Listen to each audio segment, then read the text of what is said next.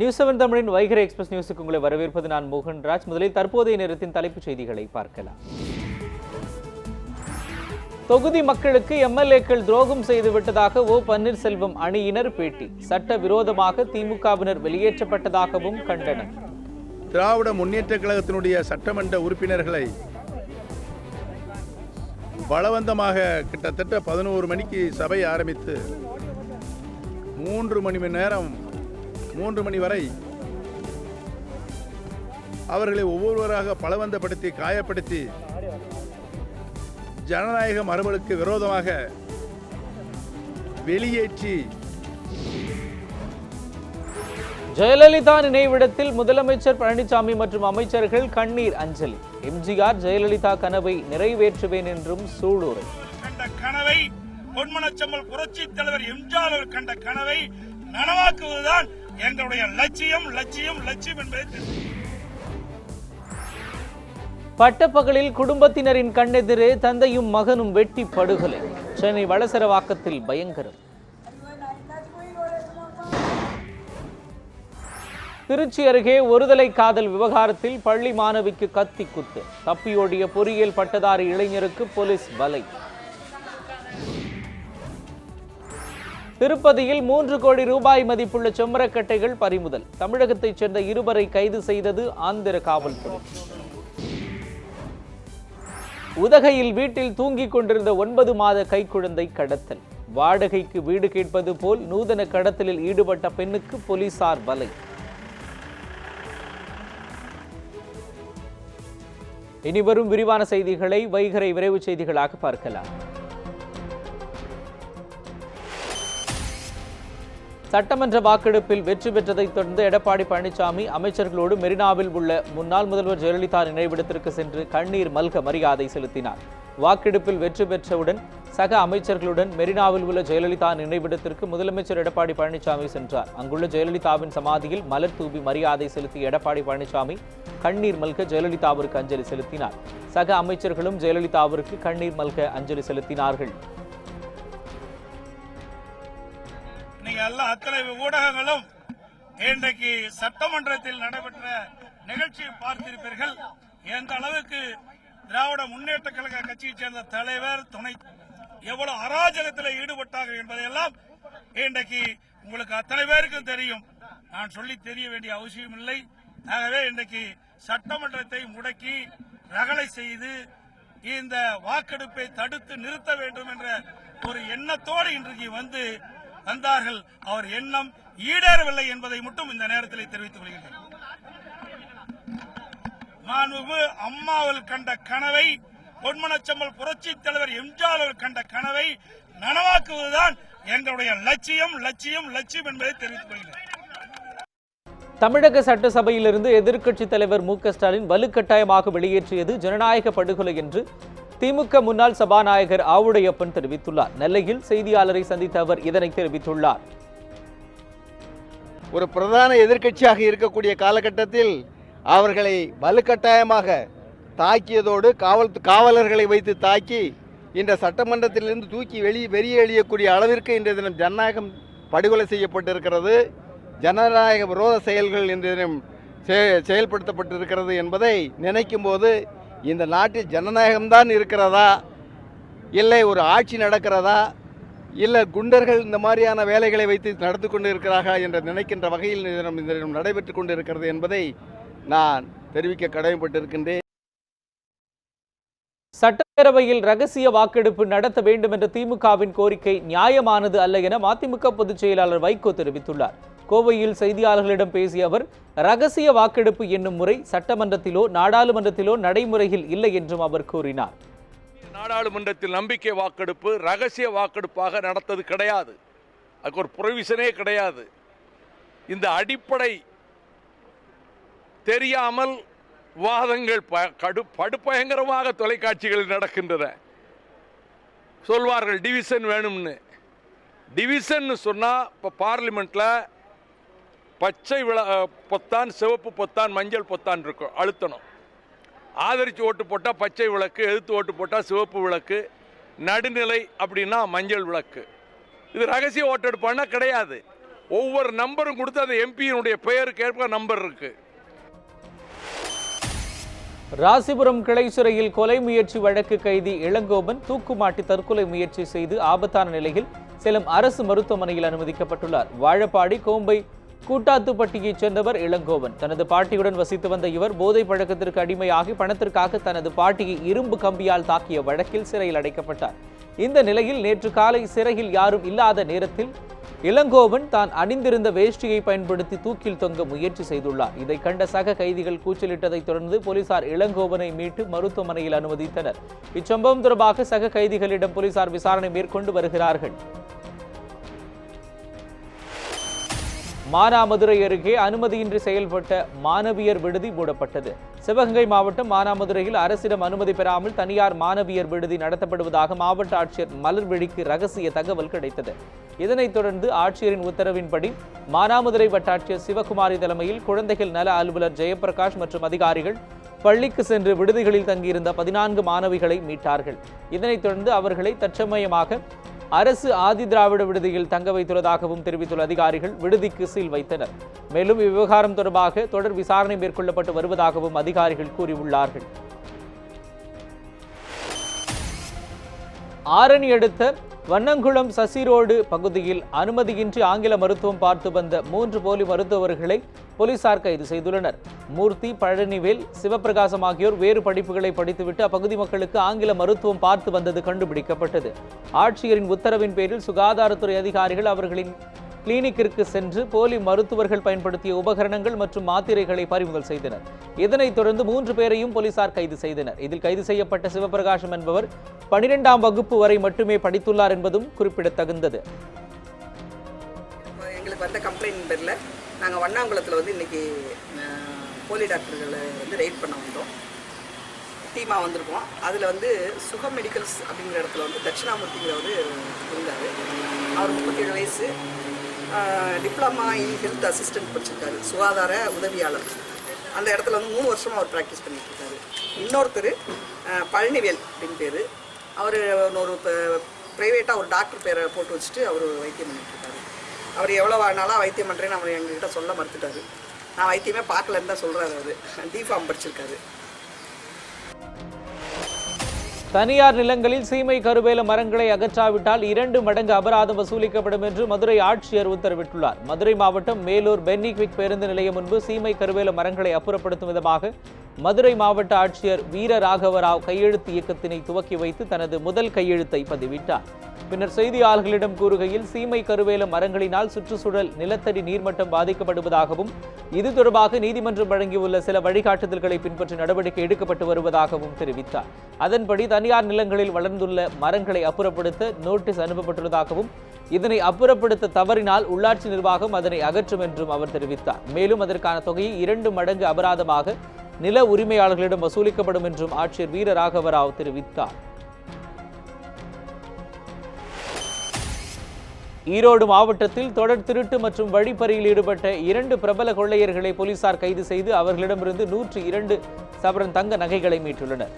ஈரோடு மாவட்டம் கருங்கல்பாளையம், வீரப்பன் சத்திரம் காவல் நிலையங்களுக்கு உட்பட்ட பகுதிகளில் கடந்த 2 மாதங்களாக பல்வேறு திருட்டு சம்பவங்கள் நடைபெற்று வந்ததாக தொடர் புகார்கள் வந்தன. இதனைத் தொடர்ந்து ஈரோடு மாவட்ட காவல்துறை கண்காணிப்பாளர் சிவகுமார் தனிப்படை அமைத்து குற்றவாளிகளை பிடிக்க உத்தரவிட்டார். இரவு நேரத்தில் போலீசார் ரோந்து பணியில் ஈடுபட்டிருந்த பொழுது இருசக்கர வாகனத்தில் வந்த இளைஞர்களை போலீசாரை பார்த்துவிட்டு நிற்காமல் சென்றுள்ளார்கள். அவர்களை துரத்தி சென்று பிடித்த போலீசார் விசாரணை மேற்கொண்டதில் இவர்கள் இருவரும் பல மாதங்களாக அப்பகுதியில் வழிப்பறி மற்றும் கொள்ளையில் ஈடுபட்டது கண்டுபிடிக்கப்பட்டது. இதனைத் தொடர்ந்து அவர்களை கைது செய்த போலீசார் அவர்களிடமிருந்து 25 லட்சம் ரூபாய் மதிப்புடைய 102 பவுன் தங்க நகைகள் மற்றும் ஆயுதங்களையும் கைப்பற்றினார்கள். இதனைத் தொடர்ந்து இதுவரை அவர்கள் நடத்தியுள்ள கொள்ளைகள் குறித்தும் போலீசார் தீவிர விசாரணை மேற்கொண்டும் வருகிறார்கள். திருப்பதியில் 3 கோடி ரூபாய் மதிப்புள்ள செம்மரக்கட்டைகளை பறிமுதல் செய்த போலீசார் தமிழகத்தைச் சேர்ந்த 2 பேரையும் கைது செய்துள்ளனர். திருப்பதி கபில தீர்த்தத்தில் செம்மரக்கடத்தல் தடுப்பு பிரிவு போலீசார் ரோந்து பணியில் ஈடுபட்டிருந்தனர். அப்போது கரக்கம்பாடி சாலையில் துணை மின் நிலையம் அருகே பதுக்கி வைக்கப்பட்டிருந்த செம்மரத்தை லாரியில் ஏற்றிக்கொண்டு கடத்த முயன்ற போது லாரியை சுற்றி வளைத்தனர். அப்போது மனோகரன் என்பவர் தப்பிச் சென்ற நிலையில் திருவள்ளூர் மாவட்டம் கும்மிடிப்பூண்டியைச் சேர்ந்த சந்திரசேகரை போலீசார் கைது செய்தனர். மேலும் கடத்தலுக்கு பயன்படுத்தப்பட்ட 2 கார், 1 லாரியையும் பறிமுதல் செய்தனர். இதேபோன்று திருப்பதி கரக்கம்பாடி உபாத்தியாயர் நகரில் செம்மரக்கடத்தில் தடுப்பு போலீசார் வாகன சோதனையில் ஈடுபட்டனர். அப்போது மகாராஷ்டிரா மாநில பதிவு எண் கொண்ட லாரியை மடக்கி சோதனை செய்தபோது சட்டவிரோதமாக செம்மரங்கள் கடத்தப்படுவது கண்டுபிடிக்கப்பட்டது. இதனைத் தொடர்ந்து 60 லட்சம் ரூபாய் மதிப்புள்ள அந்த செம்மரக்கட்டைகளை பறிமுதல் செய்த போலீசார் லாரி ஓட்டுநரையும் கைது செய்தனர். பெருமாள் என்ற அந்த லாரி ஓட்டுநர் வேலூர் மாவட்டம் திருப்பத்தூரை சேர்ந்தவர் என்றும் ஆந்திர போலீசார் தெரிவித்துள்ளார்கள். 2 இடங்களில் பறிமுதல் செய்யப்பட்ட 6 டன் எடையுள்ள 193 செம்மரங்களின் மதிப்பு சுமார் 3 கோடி ரூபாய்க்கு மேல் இருக்கும் என்றும் மதிப்பிடப்பட்டுள்ளது. சென்னை போரூர் அருகே முன்விரோதம் காரணமாக அதிமுக பிரமுகர்களான தந்தையும் மகனும் ஓட வேட வெட்டி படுகொலை செய்யப்பட்ட சம்பவம் பரபரப்பை ஏற்படுத்தியுள்ளது. வளசரவாக்கத்தைச் சேர்ந்தவர் ராஜ்குமார். அதிமுக நிர்வாகியான இவருக்கும் அதே பகுதியைச் சேர்ந்த செந்தில்குமார் என்பவருக்கும் இடையே கோவில் திருவிழாவில் ஏற்பட்ட முன்விரோதம் காரணமாக தகராறு இருந்து வந்துள்ளது. இந்த நிலையில் ராஜ்குமார் மற்றும் அவரது மகன் சாந்தனுவை வீட்டிற்கு வந்து தொழில் ரீதியாக பேசுவதற்கு அழைத்த மர்ம நபர்கள் இருவரும் எதிர்பாராத நிலையில் அரிவாளை எடுத்து சரமாரியாக வெட்டியுள்ளார்கள். இதில் இருவரும் சம்பவ இடத்திலேயே உயிரிழந்தனர். தகவல் அறிந்து சம்பவ இடத்திற்கு வந்த போலீசார் சடலத்தை மீட்டு பிரேத பரிசோதனைக்காக மருத்துவமனைக்கு அனுப்பி வைத்தனர். மேலும் இச்சம்பவம் தொடர்பாக வழக்கு பதிவு செய்த போலீசார் தீவிர விசாரணையும் மேற்கொண்டு வருகிறார்கள். ராசிபுரத்தில் மாடி வீட்டில் உள்ள கூரையில் ஏற்பட்ட தீ விபத்தில் 3 லட்சம் ரூபாய் மதிப்பிலான காளான் எரிந்து நாசமாகின. நாமக்கல் மாவட்டம் ராசிபுரம் வீநகர் பகுதியைச் சேர்ந்தவர் நட்ராஜ். இவர் கல்லூரி படிப்பை முடித்துவிட்டு தனது வீட்டின் மாடியில் கூரை அமைத்து அதில் காளான் வளர்த்து வருகிறார். இந்த நிலையில் இன்று தனது குடும்பத்தினருடன் அவர் வெளியூர் சென்றிருந்த நிலையில் அவரின் மாடியில் உள்ள குடிசை வீடு தீப்பிடித்து எரிந்தது. இதனை பார்த்த அக்கம் பக்கத்தினர் உடனடியாக ராசிபுரம் தீயணைப்பு துறையினருக்கு தகவல் கொடுத்தனர். விரைந்து வந்து ராசிபுரம் தீயணைப்பு துறையினர் கடுமையாக போராடி தீயை கட்டுக்குள் கொண்டு வந்தனர். அதற்குள் வீடு மற்றும் அதிலிருந்து காளான் முழுவதும் எரிந்து நாசமாகின. இதன் மதிப்பு சுமார் 3 லட்சம் ரூபாய் இருக்கும் என்றும் பாதிக்கப்பட்டோர் தெரிவித்துள்ளார்கள். மேலும் இது குறித்து ராசிபுரம் காவல்துறையினர் விசாரணை மேற்கொண்டும் வருகிறார்கள்.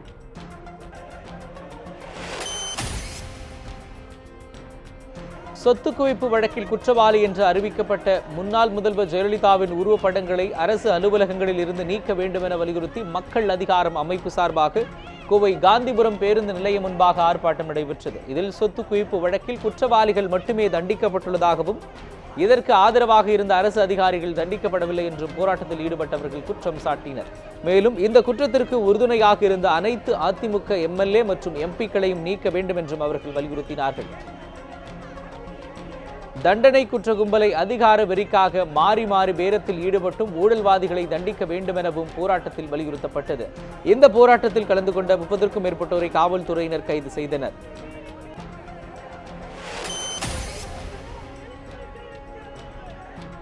தமிழகத்தின் வறட்சியை போக்க தாகம் தீர்க்கும் தாமரை யாத்திரை பாஜக சார்பில் நடைபெறும் என தமிழக பாஜகவின் மாநில பொருளாளர் SR சேகர் தெரிவித்துள்ளார். கோவையில் பாஜக அலுவலகத்தில் செய்தியாளர்களை சந்தித்து பேசிய SR சேகர் குடிநீர் பிரச்சனையை முன்வைத்து இந்த யாத்திரை நடைபெறும் என்றும் தெரிவித்தார். தாராபுரம் அருகே மேய்ச்சல் நிலத்தில் விஷம் வைத்து 14 ஆடுகள் கொல்லப்பட்டது தொடர்பாக வருவாய் மற்றும் காவல்துறையினர் விசாரணை நடத்தி வருகிறார்கள். தாராபுரம் அடுத்த ரெட்டாரவலசு மணல்மேட்டு தோட்டத்தைச் சேர்ந்த விவசாயிகளான சுப்பிரமணி மற்றும் தர்மராஜ் ஆகியோர் ஆடு வளர்க்கும் தொழில் செய்து வருகிறார்கள். அவர்களுக்கு சொந்தமான 50க்கும் மேற்பட்ட ஆடுகள் அப்பகுதிகளில் உள்ள மேய்ச்சல் நிலங்களில் மேய்க்கப்பட்டு வந்தன. இந்த நிலையில் ஆடுகள் வழக்கம் போல் மேய்ச்சல் முடிந்து வந்த சிறிது நேரத்தில் ஒவ்வொன்றாக மயங்கி விழுந்து பரிதாபமாக உயிரிழந்தன. இதனை கண்ட விவசாயிகள் ஆடுகள் மேய்ந்த காட்டுப்பகுதிக்கு சென்று பார்த்தபொழுது ஆடுகள் உண்ணும் வேளாண் காய்களில் குருணை மருந்து என்ற விஷம் கலக்கப்பட்டிருந்ததை கண்டு அதிர்ச்சி அடைந்தனர். இது குறித்து தகவலின் பேரில் தாராபுரம் வருவாய் மற்றும் காவல் அதிகாரிகள் சம்பவ இடத்திற்கு நேரில் சென்று விசாரணை நடத்தினர். விஷம் கலந்த தீவனத்தை மேய்ந்த சுப்பிரமணிக்கு சொந்தமான 13 ஆடுகள், தர்மராஜுவுக்கு சொந்தமான 1 ஆடு என மொத்தம் 14 ஆடுகள் பலியானதோடு தர்மராஜின் 15 ஆடுகள் மிகவும் மோசமாக பாதிக்கப்பட்டுள்ளதாகவும் தெரிவிக்கப்பட்டுள்ளது. நீதிமன்ற உத்தரவுப்படி தனியார் இடங்களில் இருக்கும் சீமை கருவேல மரங்களை அகற்றும் பணி தொடங்கும் என்றும் அதற்கான செலவின தொகை 2 மடங்காக வசூலிக்கப்படும் என்றும் நீதிமன்ற ஆணையர் தெரிவித்துள்ளார். தமிழகத்தில் சீமை கருவேல மரங்களை அகற்ற வேண்டும் என்று உயர்நீதிமன்றம் உத்தரவிட்டதன் அடிப்படையில் பல்வேறு மாவட்டங்களில் சீமை கருவேல மரங்களை அகற்றும் பணி தற்பொழுது நடைபெற்று வருகிறது. இந்த பணிகளை மேற்பார்வை செய்ய ஒரு மாவட்டத்திற்கு 5 பேர் கொண்ட ஆணையர் குழுவையும் அமைத்து நீதிமன்றம் உத்தரவிட்டது. திருநெல்வேலி மாவட்டத்தில் சீமை கருவேல மரங்களை அகற்றும் பணியை நீதிமன்ற ஆணையர் ஸ்ரீனிவாச ராகவன் தலைமையிலான குழுவினர் தொடர்ந்து கண்காணித்து வருகின்றனர். இந்த நிலையில் சீமை கருவேல மரங்களை அகற்றுவதன் அவசியம், அதன் தீமைகள் குறித்து விழிப்புணர்வு ஏற்படுத்தும் வகையில் பல்வேறு பள்ளிகளைச் சேர்ந்த நாட்டு நலப்பணி திட்ட மாணவர்கள் கலந்து கொண்ட பேரணியை சீனிவாசராகவன் துவக்கி வைத்தார். பாளையங்கோட்டை வஉசி மைதானத்தில் இருந்து துவங்கிய இந்த விழிப்புணர்வு பேரணி நகரின் முக்கிய வீதிகள் வழியாக சென்றது. பின்னர் செய்தியாளர்களிடம் பேசிய நீதிமன்ற ஆணையர் சீனிவாசராகவன் அரசு இடங்களில் இருக்கும் சீமை கருவேல மரங்கள் அகற்றப்பட்டு வருவதாக கூறினார். தனியார் இடங்களில் உள்ள சீமை கருவேல மரங்களை அகற்றும் பணிக்காக 2 மடங்கு பணம் வசூலிக்கப்படும் என்றும் அவர் தெரிவித்தார். தனியார்களுக்கு குறிப்பிட்ட ஒரு காலக்கெடு நிர்ணயிக்கம் பண்ணி அந்த காலக்கெடுவுக்குள் எடுக்கலைன்னு சொன்னால் அவங்கள உள்ளாட்சி நிர்வாகங்கள், அது மாநகராட்சியாக இருந்தால் மாநகராட்சி, நகராட்சி, இல்லாட்டா பஞ்சாயத்து யூனியன், இல்லைன்னா பஞ்சாயத்து, இவங்கெல்லாம் நீக்கிட்டு அவங்கள்ட்ட 2 மடங்கு காசு வசூல் பண்ணிக்கலான்னு சொல்லியிருக்கிறாங்க. அதற்குண்டான நோட்டீஸுகளும் கொடுக்கப்பட்டிருக்கு. ஆனால் தனியார் நிலங்களை பொறுத்து யார் உரிமையாளன்ற கண்டுபிடிக்கிறதுல சிரமம் இருக்குன்னு சொல்கிறாங்க. இருந்தாலும் கண்டுபிடிக்க முடியாட்டினாலும் அவர்களை அந்த நிலங்களிலிருந்து சீமை கருவேலங்களை அகற்றுவதன் மூலமாகத்தான் நாம் ஏற்கனவே பொது நிலங்களிலிருந்து அகற்றப்பட்ட விஷயத்தையும் பாதுகாக்க முடியும். சென்னை அடுத்த கடலூரில் படர்ந்துள்ள எண்ணெய் படலத்தை அகற்றும் பணியில் சுமார் 200 ஊழியர்கள் ஈடுபட்டனர். சென்னை எண்ணூர் துறைமுக பகுதியில் கடந்த 28ஆம் தேதி கப்பல்கள் மோதிக்கொண்ட விபத்தில் கடலில் எண்ணெய் கசிந்தது. இதனையடுத்து சென்னையின் கடல் பரப்பில் பரவிய எண்ணெய் படலம் பல நாட்களுக்கு பிறகு அகற்றப்பட்டது. இந்த நிலையில் கடலூர் மாவட்டம் வெள்ளி கடற்கரையில் படர்ந்துள்ள எண்ணெய் படலத்தை அகற்றும் பணி தற்பொழுது நடைபெற்று வருகிறது. இதில் சுமார் 200 பணியாளர்கள் ஈடுபட்டுள்ளனர். சென்னை அருகே மின் பொறியாளர் வீட்டின் கதவை உடைத்து 25 சவரன் நகை மற்றும் 17,000 ரூபாய் கொள்ளையடிக்கப்பட்ட சம்பவம் பரபரப்பை ஏற்படுத்தியுள்ளது. திருவொற்றியூர் சின்னமேட்டுப்பாளையம் பகுதியைச் சேர்ந்த மின் பொறியாளர் வடிவேல் தனது தங்கையின் நிச்சயதார்த்த நிகழ்ச்சிக்காக கொளத்தூர் சென்றுள்ளார். இந்த நிலையில் இவரது வீட்டின் கதவு உடைக்கப்பட்டிருந்ததை கண்டு அருகில் வசிப்போர் வடிவேலுக்கு தகவல் அளித்தனர். இதனையடுத்து வடிவேல் வீட்டிற்கு சென்று பார்த்தபோது பீரோ லாக்கரில் இருந்த 25 சவரன் நகை மற்றும் 17,000 ரூபாய் ரொக்கம் கொள்ளை போனது தெரியவந்தது.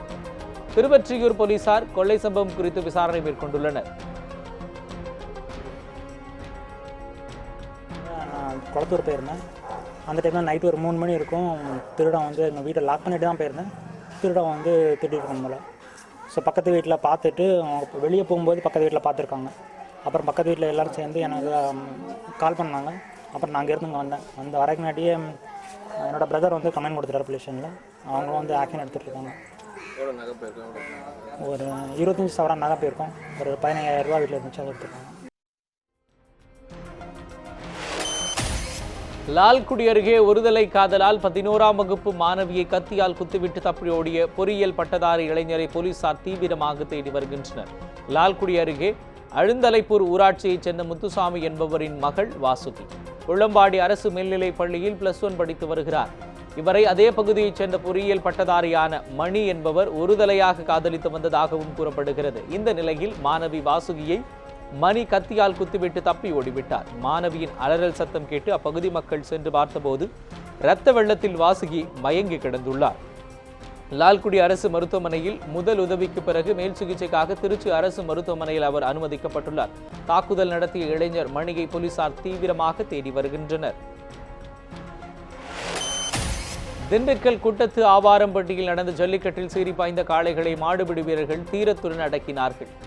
திண்டுக்கல் அருகே உள்ள குட்டத்து ஆவாரம்பட்டியில் கோவில் திருவிழாவினை முன்னிட்டு ஜல்லிக்கட்டு போட்டி நடத்தப்பட்டது. திருச்சி, மணப்பாறை, தேனி, திண்டுக்கல் உள்ளிட்ட 40க்கும் மேற்பட்ட ஊர்களில் இருந்து 250க்கும் மேற்பட்ட காளைகள் இதில் கலந்து கொண்டன. 100க்கும் மேற்பட்ட மாடுபிடி வீரர்கள் சீறி பாய்ந்த காளைகளை தீரத்துடன் அடக்கினார்கள். வெற்றி பெற்றவர்களுக்கு கட்டில், சைக்கிள், பீரோ உள்ளிட்ட பொருட்கள் பரிசாக வழங்கப்பட்டன. பிடிபடாத காளைகளின் உரிமையாளர்களுக்கும் பரிசு பொருட்கள் வழங்கப்பட்டது. மயிலாடுதுறையில் மீத்தேன் திட்ட எதிர்ப்பு கூட்டமைப்பினர் போராட்டத்தில் ஈடுபட்டனர். காவிரி படுகைகளில் எண்ணெய், எரிவாயு எடுப்பு பணிகளை ரத்து செய்ய கோரியும் மயிலாடுதுறையில் ஷேல் மீத்தேன் திட்டத்தை கைவிட வலியுறுத்தியும் இந்த போராட்டம் நடந்தது. மீத்தேன் எதிர்ப்பு கூட்டமைப்பின் தலைமை ஒருங்கிணைப்பாளர் பேராசிரியர் ஜெயராமன் தலைமையில் நடைபெற்ற இந்த ஆர்ப்பாட்டத்தில் நாகை, திருவாரூர் மாவட்டங்களில் இருந்து ஏராளமானோர் கலந்து கொண்டனர். நடிகை அமலா பால், இயக்குனர் விஜய் ஆகியோர் விவாகரத்து கோரி தாக்கல் செய்த மனு மீதான தீர்ப்பு வரும் 21ஆம் தேதி அறிவிக்கப்படும் என சென்னை குடும்ப நல நீதிமன்றம் உத்தரவிட்டுள்ளது. திரைப்பட நடிகை அமலா பால், திரைப்பட இயக்குனர் விஜய் ஆகியோர் கடந்த 2014ஆம் ஆண்டு திருமணம் செய்து கொண்டனர். திருமணத்திற்கு பின்னரும் திரைப்படத்தில் அமலா பால் நடித்து வந்ததால் இருவருக்கும் இடையே கருத்து வேறுபாடு ஏற்பட்டது. இதனைத் தொடர்ந்து இருவரும் பரஸ்பர விவாகரத்து கோரி சென்னை 2வது கூடுதல் குடும்ப நல நீதிமன்றத்தில் மனு தாக்கல் செய்திருந்தனர். இந்த வழக்கு நீதிபதி இருசன் பூங்குழலி முன்பு விசாரணைக்கு வந்தது. அப்போது விஜயும் அமலா பாலும் நேரில் ஆஜராகினர். இருவரும் மனமொத்து பிரிவதாக கூறி பிரமாண பத்திரமும் தாக்கல் செய்தார்கள். இதனையடுத்து வழக்கின் மீதான தீர்ப்பை வரும் 21ஆம் தேதிக்கு நீதிபதி ஒத்திவைத்தார். புதுச்சேரியில் பிரபல ரவுடி முரளி கொலை வழக்கில் 6 பேரை கைது செய்து காவல்துறையினர் விசாரணை நடத்தி வருகின்றனர். புதுச்சேரி லாஸ்பேட்டை செல்லப்பெருமாள்பேட்டையைச் சேர்ந்தவர் முரளி. இவர் மீதும் இவரது நண்பர் சுந்தர் மீதும் ரவுடி ஜெகன் கொலை வழக்கு உள்ளிட்ட 20க்கும் மேற்பட்ட வழக்குகள் நிலுவையில் உள்ளன. இருவரும் சில மாதங்களுக்கு முன்பு கருத்து வேறுபாடு ஏற்பட்டு பிரிந்தனர். இருவரும் தனித்தனியாக தொழில் செய்து வந்த நிலையில் முரளியிடம் பேச்சுவார்த்தை நடத்துவதாக கூறி நண்பரின் வீட்டிற்கு வரவழைத்த சுந்தர் அங்கு அவரை கொடூரமாக வெட்டி படுகொலை செய்துள்ளார். இந்த சம்பவம் தொடர்பாக சுந்தர், செந்தில் உள்ளிட்ட 12 பேர் மீது வழக்கு பதிவு செய்யப்பட்ட நிலையில் 6 பேர் பிடிபட்டனர். தலைமறைவாக உள்ள எஞ்சி உள்ளவர்களையும் போலீசார் தீவிரமாக தேடி வருகின்றனர். இறந்து போன முரளியும் செந்திலும் ஒரு காலத்தில் நண்பர்களாக இருந்தவர்கள் என்றும், ஜெகன் கொலை வழக்கில் இருவருமே குற்றவாளிகளாக இருந்தார்கள் என்பதும் தெரிகிறது. இதில் ஒருவரை ஒருவர் மிஞ்சுகின்ற வகையில் யார் தலைவராவது என்ற வகையில் அவர்களுக்குள் போட்டி நிலவியதால் சுந்தர் முரளியை கொலை செய்திருப்பது தெரிய வருகிறது. சுந்தருடன் இருந்த அமரன் மற்றும் சுமார் 11 நபர்கள் இந்த கொலையில் ஈடுபட்டுள்ளதாக தெரிகிறது. நடிகை பாவனாவை காரில் கடத்தி சென்று பாலியல் தொல்லை கொடுத்த சம்பவம் திரை உலகத்தினரிடையே அதிர்ச்சியை ஏற்படுத்தியுள்ளது. இதுகுறித்து பாவனா அளித்த புகாரின் பேரில் இருவரை கைது செய்துள்ள காவல்துறையினர் விசாரணை நடத்தி வருகிறார்கள். இந்த நிலையில் நடிகை பாவனாவிற்கு பாலியல் தொல்லை கொடுத்த வழக்கில் குற்றவாளிகள் யாரும் தப்ப முடியாது என கேரள மாநில முதலமைச்சர் பினராயி விஜயன் தெரிவித்துள்ளார். நடிகை பாவனாவிற்கு நடந்த இந்த கொடுமையை நினைத்து வருந்துவதாகவும் பினராயி விஜயன் குறிப்பிட்டுள்ளார். இத்துடன் இந்த செய்தி அறிக்கை நிறைவு பெறுகின்றன. அண்மை செய்திகளுக்கு தொடர்ந்து பாருங்கள் News 7 தமிழை.